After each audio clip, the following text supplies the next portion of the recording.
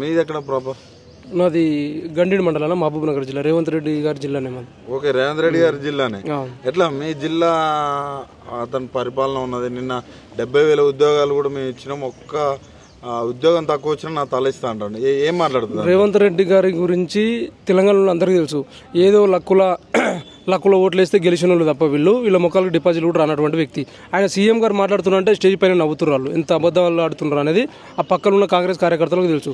ఇంకోటి ఏంటంటే రేవంత్ రెడ్డి గారు 70,000 ఉద్యోగాలకు ఒక్క ఉద్యోగం తక్కువని తల నరుకుంటున్నాడు కదా. ఇదే వ్యక్తి సోనియా గాంధీని బలిదేవత అన్నాడు గతం లోపల. ఇప్పుడు సోనియా గాంధీ తెలంగాణ దేవత అని అంటుండు. ఈయన మాటలు ఏమన్నా నమ్ముతాడు?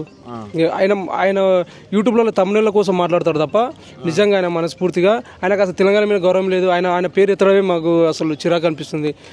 అసలు కాంగ్రెస్ పార్టీకి ఓట్లు వేయకపోతుంది. వీళ్ళు చూడండి, ఒక్క వ్యక్తికి కూడా డిపాజిట్ రానటువంటి వ్యక్తులు ఈరోజు తెలంగాణ ఉద్యమానికి సంబంధం లేని వ్యక్తులు, ఉద్యమకారుల మీద గన్ను పెట్టినటువంటి వ్యక్తులు, జై తెలంగాణ అంటే గన్ను తీసుకుపోయి వాళ్ళ మీద పోయినటువంటి వ్యక్తులు ఈరోజు వీళ్ళు తెలంగాణ గురించి, నిరుద్యోగుల గురించి మాట్లాడితే దయాలు వేదాలు వర్ణించినట్లు ఉంటాయి. అంటే ఇప్పుడు ఒక సీఎం హోదా నుండి తప్పు చెప్తానంటారా? 100% తప్పన్నా. ఇప్పుడు మీరు చూడండి, గతం లోపల ఈయన బలిదేవత అన్నాడు, తెలంగాణ దేవత అంటున్నాడు. 70,000 ఉద్యోగాల్లో ఒక ఉద్యోగం తగ్గ 3 నెలలకు రాస్తా అంటున్నాడు. ఏడికి రావాలో చెప్పండి. మరి నిరుద్యోగులమే, నువ్వు ఎంతమంది రమ్మంటే మేము వస్తాం. ఏడికి రావాలో చెప్పండి రేవంత్ రెడ్డి గారు. మీరు ఏడికి రమ్మంటే ఆడికి వస్తాం. నిజంగా ఒక్క ఉద్యోగం కదా, 70,000 ఉద్యోగాలు అన్నావు కదా, కనీసం 15,000 ఉద్యోగాలు కూడా వెళ్ళను, 11,000 ఉద్యోగాలు మాత్రమే. అది కూడా గత గవర్నమెంట్ కలుపుతామని చెప్పింది. అయినా కూడా మేము 2 లక్షల ఉద్యోగాలకు ఆశవాడి మిమ్మల్ని గెలిపించినాం. నిజంగా నువ్వు 15,000 ఉద్యోగాల కన్నా ఒక ఉద్యోగం ఎక్కువచ్చినంటే మేము 3 నెలలకు రాస్తాం. నువ్వు ఇక్కడ రమ్మంటే. మీది ఎక్కడ ప్రాపర్? నాది గండిడి మండలం, మహబూబ్ నగర్ జిల్లా, రేవంత్ రెడ్డి గారి జిల్లానే మాది. ఓకే, రేవంత్ రెడ్డి గారి జిల్లానే. ఎట్లా మీ జిల్లా అతని పరిపాలన ఉన్నది? నిన్న 70,000 ఉద్యోగాలు కూడా మేము ఇచ్చినాం, ఒక్క ఉద్యోగం తక్కువ వచ్చినా నా తల ఇస్తా అంటాడు. ఏం మాట్లాడుతుంది? రేవంత్ రెడ్డి గారి గురించి తెలంగాణలో అందరికీ తెలుసు. ఏదో లక్కుల ఓట్లు వేస్తే గెలిచిన వాళ్ళు తప్ప వీళ్ళ ముఖాలకు డిపాజిట్ కూడా రానటువంటి వ్యక్తి.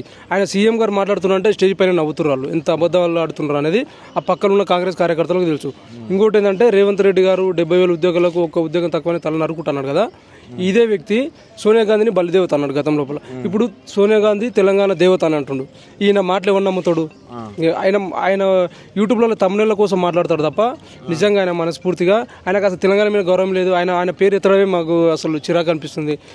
అసలు కాంగ్రెస్ పార్టీకి ఓట్లు వేయకపోతుంది. వీళ్ళు చూడండి, ఒక్క వ్యక్తికి కూడా డిపాజిట్ రానటువంటి వ్యక్తులు ఈరోజు తెలంగాణ ఉద్యమానికి సంబంధం లేని వ్యక్తులు, ఉద్యమకారుల మీద గన్ను పెట్టినటువంటి వ్యక్తులు, జై తెలంగాణ అంటే గన్ను తీసుకుపోయి వాళ్ళ మీద పోయినటువంటి వ్యక్తులు ఈరోజు వీళ్ళు తెలంగాణ గురించి, నిరుద్యోగుల గురించి మాట్లాడితే దయాలు వేదాలు వర్ణించినట్లు ఉంటాయి. అంటే ఇప్పుడు ఒక సీఎం హోదా నుండి తప్పు చెప్తానంటారా? 100% తప్పన్నా.